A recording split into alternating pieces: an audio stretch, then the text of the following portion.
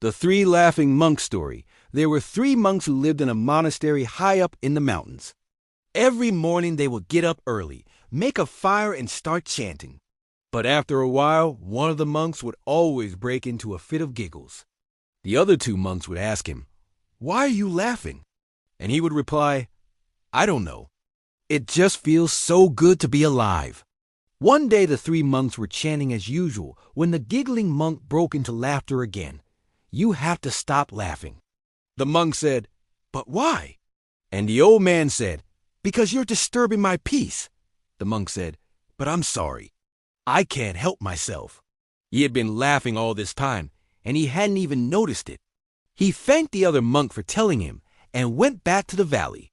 "If I try to stop laughing, I will die." The three monks were all different from each other, and they all needed to find their own way of living. The story also teaches us to accept people for who they are and not to judge them by our own standards. Just like the old man didn't understand the need for laughter until he experienced it himself. Similarly, we should try to understand other people's perspectives before judging them. Additionally, the story highlights the importance of being true to ourselves. The monk who laughed was true to his nature, and in the end, he found peace and happiness because of it. So he walked up to him and said, "Excuse me." The old man looked up and said, "What do you want?" The monk said, "I'm sorry about what happened last time. Can I come back and stay here?" The old man looked at him for a moment and then said, "Sure, why not? Come and stay here."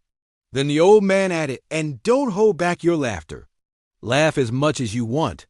After all, it's a beautiful thing to be alive." The other two monks stopped chanting and said, "We can't take it anymore." He came across a beautiful valley where there was a lovely little stream and some fruit trees. But when he got there, he heard voices inside. So he knocked on the door, and one of the monks opened it. The monk asked him, "Is the other monk still here?" And the monk replied, "No, he left a few days ago." The monk said, "Oh? Did he say where he was going?" And the other monk said, "Yeah, he said he was going to find a place where he could be happy." And under one of the trees, he saw an old man sitting. The monk asked the old man if he could stay there, and the old man said, "Of course." So the monk made himself comfortable under the tree. "If you're going to laugh, then leave our monastery." In the evening, he would build a small fire and cook some vegetables. And every night before going to bed, he would take a few steps back from the fire, close his eyes, and burst into laughter. "Ha, ha, ha! It feels so good to be alive."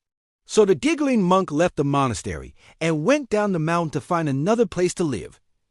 "Why are you doing that?" The monk replied, "I don't know. It just feels so good to be alive." Now, every morning the monk would wake up, take a dip in the stream, have some fruit for breakfast, and spend the day reading books or meditating. The old man couldn't take it anymore, so he called the monk and said, "You've been laughing nonstop for weeks now. Go ahead and die. What's life without peace anyway?" So the monk burst into laughter, and the old man left in anger. "Well," said the old man, "you can't do that anymore." The old man said, "Well, then die." After a while, the monk went back to the monastery to see if the other monks had found another place to live. Then the monk realized that the other two monks had been right. When he got back, he found that the old man had built a new hut. The monk spent the next 10 years in that valley, and every night he would laugh and laugh until he cried.